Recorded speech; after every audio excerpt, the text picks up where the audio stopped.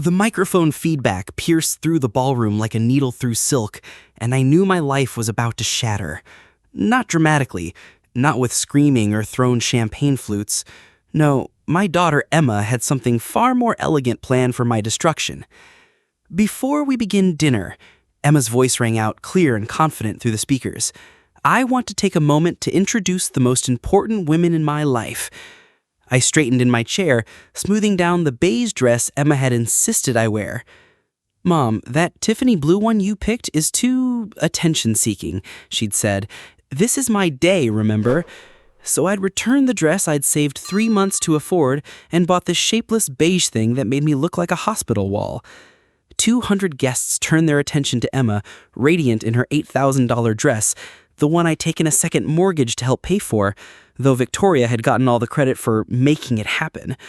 My daughter's diamond earrings caught the light as she turned, and I recognized them too. The ones I'd given her for her 21st birthday, sold my car to afford. She'd told everyone they were from Victoria. "First," Emma said, her smile tightening just a fraction, "I need to acknowledge Sarah Matthews." She gestured vaguely in my direction. "My birth mother." Birth mother. The words hung in the air like smoke from a blown-out candle. Not mom, not mother, birth mother, like I was a surrogate who'd happened to stick around for 28 unnecessary years. But this, Emma's voice soared as she turned to table 3, where Victoria Ashford sat in a Tiffany blue dress, the exact shade I'd originally chosen. "This is my real mom, the woman who showed me what a mother's love truly means. The woman who taught me about grace, sophistication, and unconditional support. Victoria, would you please stand?" The room erupted in applause. Actual applause. Like this was some heartwarming movie moment instead of a public execution. Victoria rose gracefully, dabbing at her eyes with a handkerchief that probably cost more than my monthly grocery budget. She blew kisses to Emma, mouthing, "I love you, sweetheart," loud enough for everyone to see. My hands found the stem of my champagne glass, gripping it like an anchor. Around me, guests were wiping away tears at this beautiful moment. At the next table, Emma's college roommate whispered to her date. Victoria basically raised her, you know? Sarah was always working. Yes, working. 3 jobs to pay for Emma's dance lessons, soccer camps, SAT tutors, eating disorder treatment that insurance wouldn't cover. But who was counting? Jake, my new son-in-law, raised his glass toward Victoria. "To the woman who raised the love of my life," he declared. "Thank God we have your connections now, Mom." Mom. He called her Mom. I stood up, quietly. No scene, no drama, just a 58-year-old woman in a beige dress, invisible as wallpaper, walking toward the exit. My heels, the ones I'd bought at Payless and spray-painted to look designer, clicked against the marble floor. "Sarah," someone called out, "where are you doing? They're about to serve dinner." I didn't turn around. Couldn't. If I turned around, I'd see the $3,000 cake I'd secretly paid for when Emma called crying that they'd gone over budget. I'd see the centerpieces I'd spent 6 weekends hand-making because Victoria says DIY can be charming if done right. I'd see my daughter, the baby I'd raised alone after David died in Afghanistan, looking at another woman like she hung the moon. The hotel parking lot was cold for May. I found my car, a 2009 Honda Civic with 200,000 miles and a driver's door that only opened if you lifted while pulling, and sat inside. The silence was deafening after the ballroom's orchestrated joy. My phone buzzed. The wedding planner.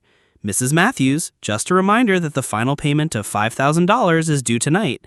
I can run your card on file?" $5,000. Money I'd borrowed against my 401k because "Victoria's covering most of it, Mom, don't worry. We just need a little help with the small stuff." Another buzz. Emma's Instagram story was already up. A video of Victoria twirling her around, both of them laughing. The caption, "Every girl needs a mom who gets her. Heart. Hashtag real mom love. Hashtag blessed beyond measure." I turned the key in the ignition. The engine coughed, sputtered, then caught. Reliable as always, unglamorous as always. Like me. In the rearview mirror, I caught a glimpse of myself. Raccoon eyes from tears I didn't remember crying, lipstick worn away, hair escaping from the simple bun Emma had deemed appropriate for your age. This was the car I'd taught Emma to drive in. Right here in this passenger seat, she gripped the door handle and squealed with delight the first time she successfully parallel parked. "Mom, I did it! Did you see? I actually did it!" We'd celebrated with McDonald's soft serve, windows down, singing along to Taylor Swift. Now that same daughter had just introduced me to 200 people as an incubator with a pulse. My phone lit up again. The credit card company. "Unusual activity detected on your account. $15,000 withdrawal. Please confirm this transaction." My hands went cold. No, she wouldn't. Not today, not after everything. But as I sat in that parking lot watching happy couples stream out for a smoke break, champagne glasses still in hand, laughing about the beautiful speeches, I knew she would. She had. And this was only the beginning of discovering how thoroughly I'd been erased from my own daughter's life. The birth mother was about to learn exactly what her real place was in Emma's new world, and it was nowhere at all. I didn't sleep that night. How could I? Every time I closed my eyes, I saw Victoria in that Tiffany blue dress, my dress, accepting my daughter's love like she'd earned it, like she'd been the one holding Emma's hair back during chemotherapy treatments when she was 12. Like she'd been the one who sold plasma twice a week to afford Emma's private school tuition. The morning sun streamed through my apartment window, illuminating the sparse furnishings I'd never upgraded because Emma's education comes first. My phone had been buzzing all night. I finally looked. 47 notifications. Facebook, Instagram. The wedding was everywhere. The first photo stopped my heart. Emma and Victoria, foreheads touching, both wearing matching diamond bracelets. The caption? "So blessed to have the mother I always deserved. She taught me that real love doesn't keep score or remind you of sacrifices. It just gives freely. Hashtag real mom love. Hashtag Victoria Ashford. Hashtag blessed." Doesn't keep score? My mind reeled back to 6 months ago when I'd mentioned once that I was struggling with rent after helping with wedding costs. Emma had rolled her eyes. "God, Mom, do you have to make everything about your sacrifices? Victoria never guilt trips Jake about anything." I scrolled down. More photos. In every family portrait, I'd been positioned at the edges, easily croppable. And they had. In the versions Emma posted, I was gone. Erased. Like I had never existed at all. One commenter wrote, "Your mom looks stunning in that blue dress." Emma's reply, "I know. She has such amazing taste. I'm so lucky she chose me as her daughter." Chose her? Chose her? My hand shook as I navigated to my bank app.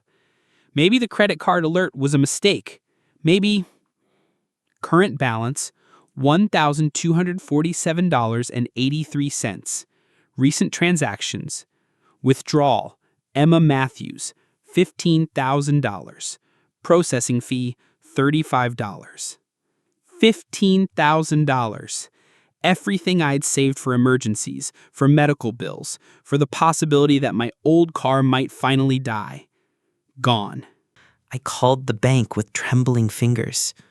"Ma'am, the withdrawal was made by an authorized user on the account," the representative explained. "Emma Matthews?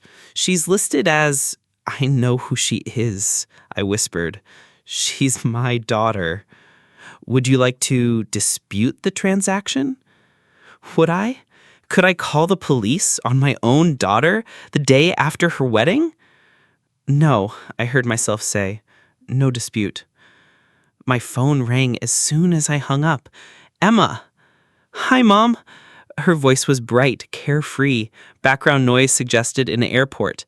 "Just wanted to let you know we made it to the gate okay. Victoria upgraded us to first class as a wedding gift. Isn't she amazing?" "Emma, the money." "Oh, yeah, about that. We had to book a better hotel in Italy. Victoria says the place we originally chose was basically a hostel.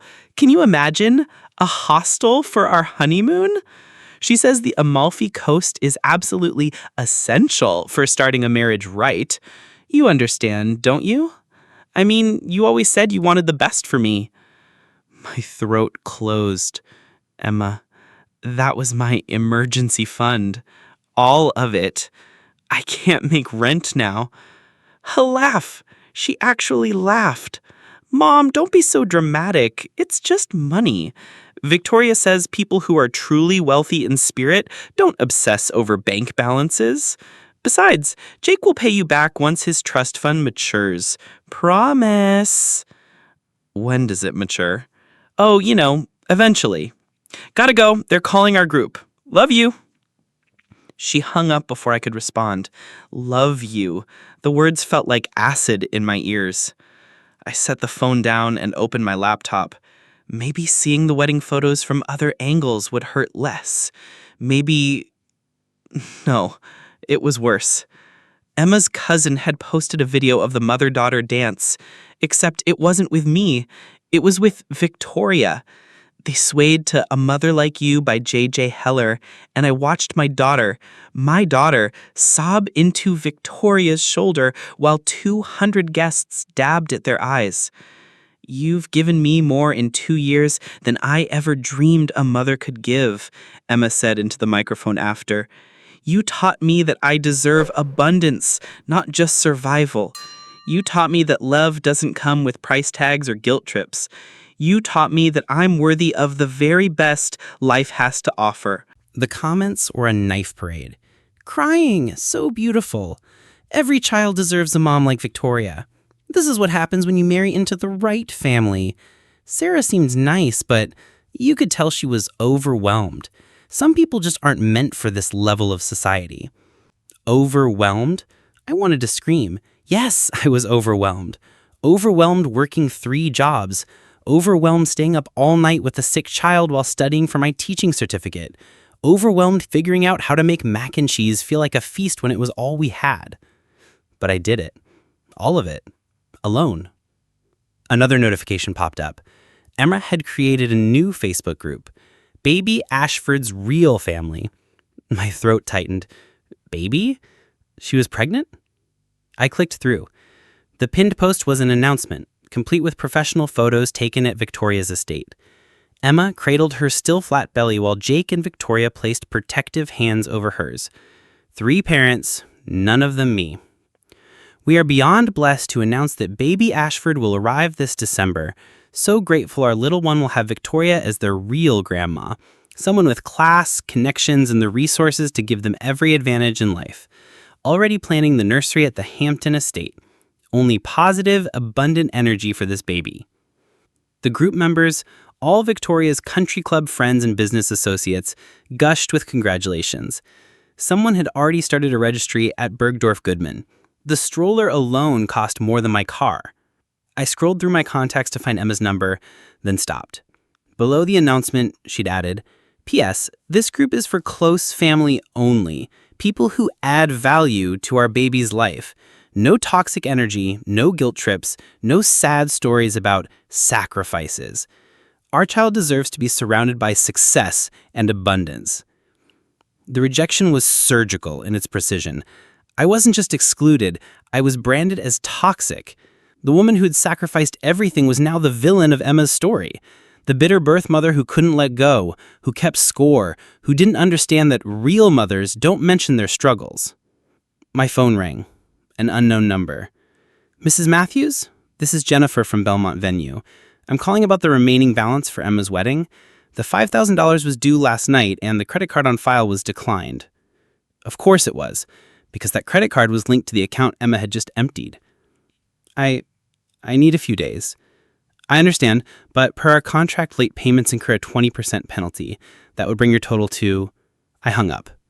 Rude, yes, but I couldn't hear another number, another debt, another reminder of how thoroughly I'd been played.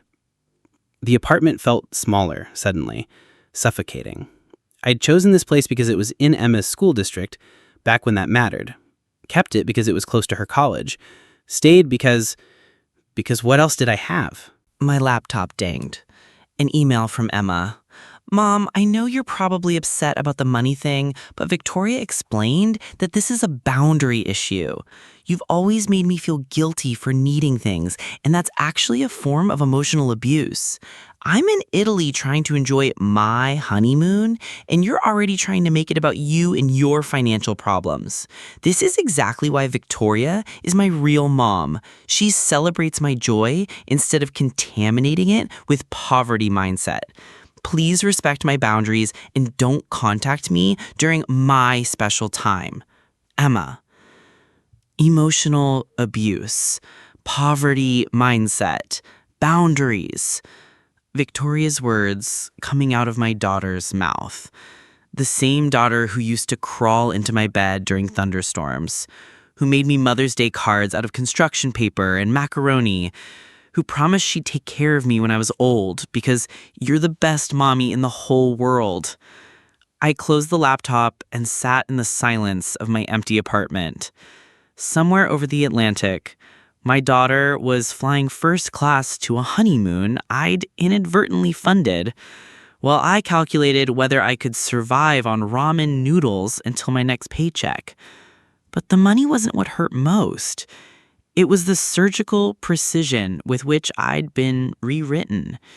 In Emma's new narrative, I wasn't the hero who'd saved her. I was the villain she'd survived. And Victoria?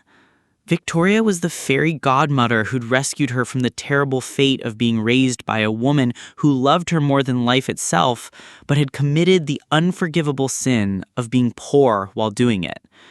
The birth mother. That's all I was now. The woman who'd given her life, but not a life worth living. Not in Victoria's world, anyway. 6 months. That's all it took for Victoria Ashford to steal my daughter's soul.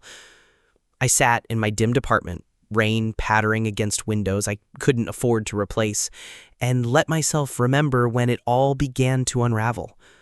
The photos on my phone told the story in reverse, scrolling back from today's wedding devastation to happier times, then to the moment the poison first entered our lives. January. Emma's photo at the Ashford Country Club, her face glowing with something I'd never seen before. The intoxication of wealth. Mom, you'll never believe where I am, she'd texted. Jake's mom invited me to lunch. They have swans in their pond, actual swans. I'd been happy for her then. Foolishly, pathetically happy. My daughter, who'd grown up shopping at Goodwill and clipping coupons, was finally seeing how the other half lived. I thought it was harmless, a glimpse into a fairy tale before returning to reality. I was wrong. The next photo. Emma in a designer dress I didn't recognize. Victoria says a lady should always dress for the life she wants, not the life she has. She took me shopping. Don't worry, Mom, I didn't ask for anything. She insisted. Then came the spa days, the weekend trips, the casual mentions of Victoria says that began peppering every conversation. Victoria says successful people don't apologize for their abundance. Victoria says struggle is a choice, not a circumstance. Victoria says real mothers empower their daughters to reach higher. I remembered the exact moment I realized I was losing her. March 15th, the anniversary of David's death. For 15 years, Emma and I had visited his grave together, bringing yellow roses, his favorite. It was our sacred tradition, our private grief, our shared love. That morning, Emma texted, "Can't make it to Dad's grave today. Victoria planned a surprise spa weekend in the Hamptons. She says dwelling on sadness ages you. Kiss his stone for me?" Kiss his stone for me. Like our 15-year tradition was a chore she could delegate. I'd gone alone, kneeling in the wet grass, telling David how our daughter was slipping away. She's becoming someone I don't recognize, someone who's ashamed of us. My phone buzzed, dragging me back to the present. A text from my sister, Linda, in Ohio. Saw the wedding photos. Why are you standing so far from Emma in all of them? And why is she calling that woman her mother? Call me. I couldn't. How could I explain that I'd been repositioned not just in photos, but in my daughter's entire life story? The apartment felt like a tomb, so I did what I always did when the pain became unbearable. I pulled out the memory box. The one Emma didn't know I kept. Inside, her hospital bracelet from the day she was born. The tooth fairy letters I'd written at 2 a.m. Report cards with teacher comments. Emma is thriving despite difficult circumstances. Her mother's dedication is evident. Despite difficult circumstances. Code for poor single parent. I found the Father's Day card she'd made me when she was 7. Inside, her crooked handwriting. Dear Mommy, I know I don't have a daddy, but you are my mommy and my daddy, so happy Father's Day to the best mommy-daddy in the world. My tears splattered on the construction paper, bleeding the purple crayon. Then I found it. The photo that broke me all over again. Emma at 16, the day we got her eating disorder diagnosis. She weighed 89 pounds. In the picture, I'm holding her skeletal frame while she sobs into my chest in the hospital parking lot. I just sold my grandmother's wedding ring to afford the treatment center. We'll get through this together, baby, I'd promised.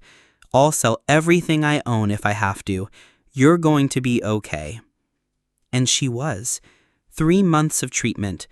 I drove 2 hours each way every single visiting day. Slept in my car to save on hotels. Ate vending machine dinners. Lost my job because I took too many days off, but found another one, then another. Victoria didn't know about any of that. The story Emma told her was different. My mom was always working. I basically raised myself. That's probably why I developed food issues, lack of maternal attention. I knew because Victoria had repeated it to me at our first meeting, her voice dripping with false sympathy. Poor dear, eating disorders often stem from emotional neglect. Thank goodness she has proper support now. Proper support. A woman who'd known my daughter for 2 months versus the mother who'd slept on hospital floors.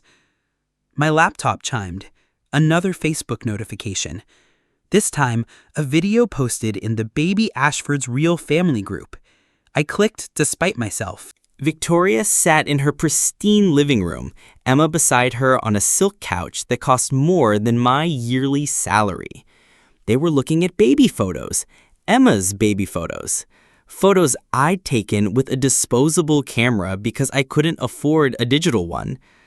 Look how precious you were, Victoria cooed. Even in those modest circumstances, you shone like a diamond. Imagine how different your life would have been if you'd had proper advantages from the start. But don't worry, darling. Baby Ashford will have everything. Emma nodded eagerly. I know. I was just telling Jake how I basically grew up in poverty. Did you know I didn't even have a real birthday party until I was 12? Mom always said we couldn't afford it. We couldn't, but I'd made every birthday special anyway. Homemade cakes, treasure hunts in the park, sleepovers with her 2 best friends. Apparently, that was poverty now. That was neglect. Well, Victoria said, patting Emma's hand with her manicured fingers. Thank heavens you survived it. Some people let their circumstances define them. Others rise above. You're a survivor, my dear. A survivor. Like I was something she'd escaped from. A natural disaster. A disease. The video continued. Victoria pulled out a professional photo album, Baby Ashford's future embossed in gold. I've already spoken to the headmaster at Pembroke Academy, she said. They have a waiting list, of course, but the Ashford name opens doors. And I've set up college funds at Harvard, Yale, and Princeton, whichever one accepts our little angel. Emma clasped her hands together. Oh, Victoria, this is everything I dreamed of but never thought possible. You're giving my baby the life I never had. The life you deserved. The life your birth mother couldn't provide. Birth mother. There it was again. The title that reduced me to a biological function. I slammed the laptop shut, but the words echoed. The life your birth mother couldn't provide. No, I couldn't provide Harvard funds or Pembroke Academy. I couldn't provide country clubs or Hampton Estates or first-class flights to Italy. What I provided was simpler. Arms that never let go during night terrors. Hands that learned to French braid from YouTube videos. A voice that read Goodnight Moon 10,000 times. Feet that walked hospital corridors for months. A heart that broke every time she hurt. A soul that would have died for her without hesitation. But none of that photographed well. None of that impressed Victoria's friends. None of that fit the narrative of the woman Emma had decided to become. My phone rang. Unknown number. I almost didn't answer, but poverty doesn't allow you to ignore potential collectors. Sarah, this is Reverend Mitchell from St. Mary's. I wanted to check on you. We noticed you left the reception early, and Emma mentioned you haven't been feeling well. Haven't been feeling well. So that was the story. Not, I publicly humiliated my mother, but poor Sarah, she's unwell. I'm fine, Reverend, just tired. I understand. It must be difficult watching your daughter start this new chapter, but how wonderful that she has Victoria to guide her. That woman is a pillar of our community, so generous with her tithes. Even the Reverend, even the man who'd counseled us through David's death, who'd seen me single-handedly keep our family afloat, even he was dazzled by Victoria's money. Yes, I managed. How wonderful. After I hung up, I sat in the darkness of my apartment. Electricity bill was overdue, so I was conserving power, and faced the truth I'd been avoiding. I hadn't lost my daughter today. I'd lost her 6 months ago. The moment Victoria Ashford looked at my Emma and saw not a person to love, but a project to complete, a charity case to remake in her own image. And Emma? She'd looked at Victoria and seen everything I couldn't give her. Wealth, status, a mother who never smelled like hospital disinfectant or wore shoes held together with super glue. The irony was crushing. I'd spent 28 years teaching Emma to dream big, to believe she deserved the best life had to offer. I just never imagined that the best life wouldn't include me. But Victoria had imagined it, planned it, executed it with the precision of a hostile takeover. And now, sitting in my dark apartment, while my daughter honeymooned on my last $15,000, I finally understood. In Victoria's world, in Emma's new world, love was measured in dollars, not sacrifices. Mothers were evaluated by their net worth, not their devotion. And by those standards, I had already ceased to exist. The lawyer's office smelled like leather and old money, the kind of scent that would make Victoria feel at home and made me feel like an intruder. But I wasn't here to feel comfortable. I was here to sever the last legal tie to my daughter. Mrs. Matthews, are you absolutely certain about this? Jonathan Hartley, the estate attorney, adjusted his glasses for the third time. Removing your daughter as beneficiary, it's quite permanent. Permanent. Like being introduced as a birth mother. Like being erased from wedding photos. Like having your entire existence rewritten as a cautionary tale of what happens when poor people reproduce. I'm certain, I said, my voice steady as granite. Everything goes to the David Matthews Memorial Fund for single mothers. Every penny. My life insurance, $300,000. My savings bonds, $50,000. My 401k, $30,000. The small inheritance from my mother, $47,000. Even this apartment, paid off through decades of sacrifice, would be sold. Proceeds to the fund. Total, $427,000 plus property value. Money Emma assumed would flow to her eventually, money she'd already spent in her mind, I'm sure, planning which European vacations she'd take with Victoria's approval. And this letter, I slid the envelope across his mahogany desk, goes to Emma only after my death, not before. Inside, I'd written the truth. Not the bitter ramblings of a scorned mother, but the facts. My dearest Emma, by the time you read this, I'll be gone, and you'll be wondering about your inheritance. There isn't one. Not because I didn't love you, but because I loved you too much to enable the person Victoria helped you become. Every dollar I save now helps mothers like I was, alone, afraid, but determined. Women who work 3 jobs and still get called birth mothers by the children they'd die for. You once had a mother who loved you more than life itself. You traded her for one who loved what you could become with the right bank account. I pray someday you'll understand the difference. Love shouldn't require a credit check. Your birth mother. 2 weeks later, Jake's cousin Charlotte was having her baby shower. Of course, Victoria was hosting at the country club. Of course, I received an invitation, probably sent before the wedding, before my public demotion. I RSVP'd yes. Sarah, Charlotte's smile wavered when she saw me arrive. Emma said you weren't feeling well. I'm feeling fantastic, I said, placing my gift on the table designated for small tokens, separate from the real gifts. I'd made a baby blanket, hand-knitted, each stitch a meditation on letting go, matching the one I'd made for Emma 28 years ago, though she'd never know that. The party unfolded like a stage play, Victoria holding court, Emma at her right hand like a lady in waiting. They were matching her mess scarves. Victoria surprised me, Emma had posted. She says mothers and daughters should coordinate. I found my place card at table 9. The singles table. The outcasts and obligations. Perfect. Sarah, there you are. Emma's voice dripped artificial sweetener as she approached. How are you feeling? You left our wedding so suddenly. People were concerned. People? I met her eyes. Or just you? She blinked, thrown by my directness.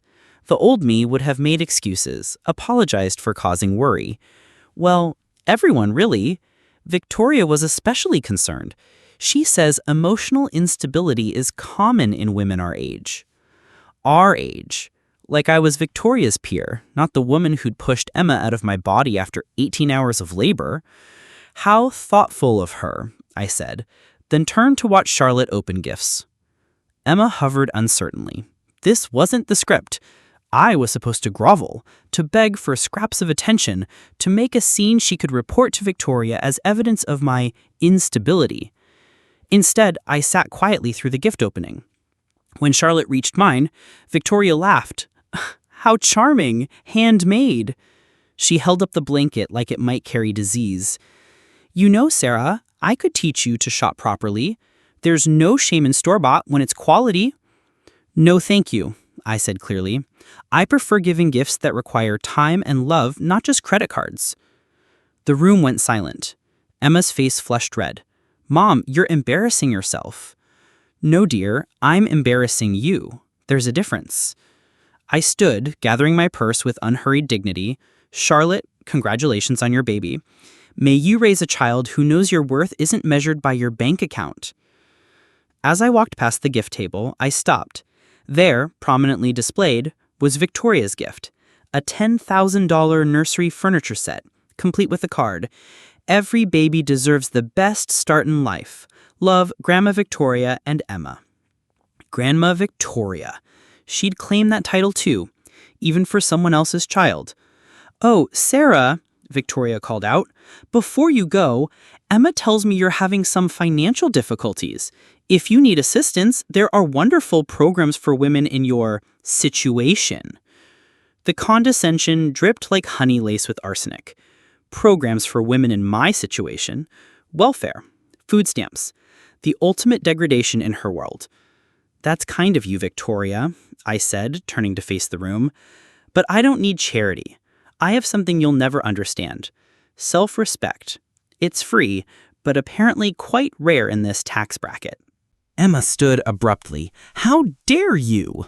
No, I interrupted, my voice cutting through her outrage. How dare you? How dare you sit there wearing diamonds bought with money stolen from my emergency fund while offering me welfare programs? How dare you call another woman mother while I still breathe? You're making a scene, Emma's voice pitched higher. This is exactly why you what? Why you're ashamed of me? Say it, Emma. Tell everyone the truth. Tell them how you drained my bank account for your Italian honeymoon. Tell them how you've spent 6 months rewriting history to make me the villain of your success story." Victoria stood, all ace-queen dignity. "I think you should leave, Sarah. You're clearly having an episode. An episode. Mental illness. The final weapon in the arsenal of the wealthy. Gaslight the poor woman until everyone believes she's crazy." "I am leaving," I agreed, "but not because you told me to, because I finally understand that I'm at the wrong shower. This is a celebration of wealth, not motherhood, and I'm done pretending there's no difference." I walked to the door, then turned back one last time. The room full of country club wives stared at me like I was a zoo exhibit. "Emma," I said, my voice softening despite everything, "I loved you before you took your first breath. I loved you through cancer scares and eating disorders and broken hearts and failed tests and broken hearts. I loved you when you had nothing to offer but need. That's what real mothers do. We don't love conditionally. We don't require returns on our investment. We just love." I looked at Victoria, "But you love what she represents, what she can become, what her children might achieve with the right pedigree. That's not motherhood. That's a business transaction. And, Emma," I met my daughter's eyes one last time, "you chose the transaction. I hope it's worth it." I left then, walking through the country club doors into the bright afternoon sun. Behind me, I could hear the explosion of voices, the scandal rippling through the room like wildfire. But I didn't care. I was done caring what Victoria's world thought of me. The birth mother was dead. In her place stood a woman who finally understood some prices are too high to pay. 7 months later, my phone rang at 2 a.m. Emma's number. I'd kept it unblocked, some masochistic part of me perhaps, or maybe just the part that would always be her mother, no matter what title she preferred. "Mom?" Her voice was small, scared. "Please, we need help." I sat up in my new apartment, smaller, cheaper, but mine. "What's wrong?" "Jake's business, it failed. The commercial real estate bubble burst. We're going to lose everything. The house, the cars. Mom, we need $200,000 or ask Victoria." Silence. Then, "We did. She said we're not her problem. Said Jake's failure reflects poor judgment and she doesn't enable poor judgment." I almost laughed. Almost. "But she enabled yours when it benefited her." "Mom, please, this is different. This is an emergency. Our baby—" "Every sacrifice I made was an emergency to me, Emma. Every double shift, every skipped meal, every time I chose your needs over mine. But I wasn't your real mom then, remember?" "That's not fair." Fair. Now I did laugh, bitter as black coffee. Was it fair when you announced to 200 people that Victoria showed you what real maternal love means? Was it fair when you stole my emergency fund for a vacation? "I'll pay you back, every penny. Just please." "With what money? You just said you're losing everything." Her sobs crackled through the phone. In the background, I heard Jake arguing with someone. Then Victoria's voice, clear and cold. "I told you both. My love has standards. Meet them or lose it." "She's kicking us out from the Hampton house. Said we're embarrassing her. Mom, we have nowhere to go." The irony was exquisite. Victoria's conditional love had conditions. Who could have predicted that? "There's a women's shelter on 5th Street. They take families." "A shelter? Mom, no, please. I'm 7 months pregnant." "I was 8 months pregnant when your father died. No life insurance, no savings, no Victoria to run to. I survived. You will too." "How can you be so cruel?" "I learned from the best, apparently. Your real mom." The call waiting beeped. Jake's number now. "Your husband is calling me now. Should I answer? Let me guess. He wants to apologize for the wedding toast, for calling Victoria Mom, while I sat there like hired help. We were wrong, okay? We were wrong. Is that what you want to hear? No. What I want is my daughter back, but she's gone. She chose to trade me for a woman who just proved that her love came with a price tag you can no longer afford.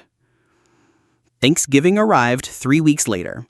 The knock on my door came at 4 p.m., just as I was sitting down to a peaceful dinner for one. Emma stood in the hallway, visibly pregnant, wearing a coat I recognized, one of mine she'd borrowed years ago. Behind her, Jake held 2 suitcases. No designer luggage, no confident swagger. "Can we come in?" she asked. 1 year later, I received a letter, Emma's handwriting, shaky but familiar.